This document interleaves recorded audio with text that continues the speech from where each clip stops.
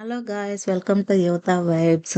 ఏదైనా ఫంక్షన్స్ అయినా, పండగలు వచ్చినా, మనకు స్వీట్ తినాలనిపించినా ముందుగా గుర్తొచ్చేది సేమియా పాయసము. ఈజీగా చేసుకోవచ్చు. ఇప్పుడు సేమియా పాయసం ఎలా చేసుకోవాలో చూసేద్దాము.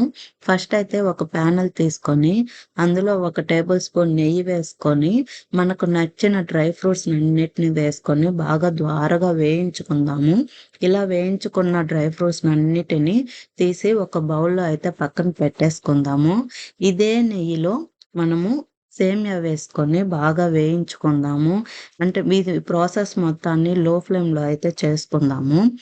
ఇప్పుడు ఆ సేమియా వేసుకున్నాం కదా! సేమియాని బాగా ద్వారగా అంటే మనకు కలర్ చేంజ్ అయ్యే వరకు వేయించుకొని, ఇవి తీసి ఒక పక్కన పెట్టేసుకుందాము.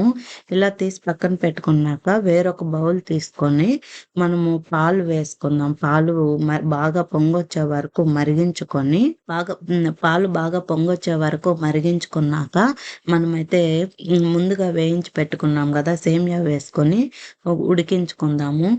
సో, ఈ సేమియా మొత్తం ఇలా ఉడికిన తర్వాత టేస్ట్‌కి తగినంత చక్కెర, అంటే ఎక్కువ తినేవాళ్ళు ఎక్కువగా స్వీటు, తక్కువ తినేవాళ్ళు వాళ్ళ కన్సిస్టెంట్‌కి తగినట్టు స్వీట్ అయితే వేసుకొని, యాలకులు వేసుకొని, ముందుగా వేయించి పెట్టుకున్న డ్రై ఫ్రూట్స్‌ని అన్నిటిని వేయించుకొని ఒక 2 మినిట్స్ వరకు ఉడికించుకుందాము.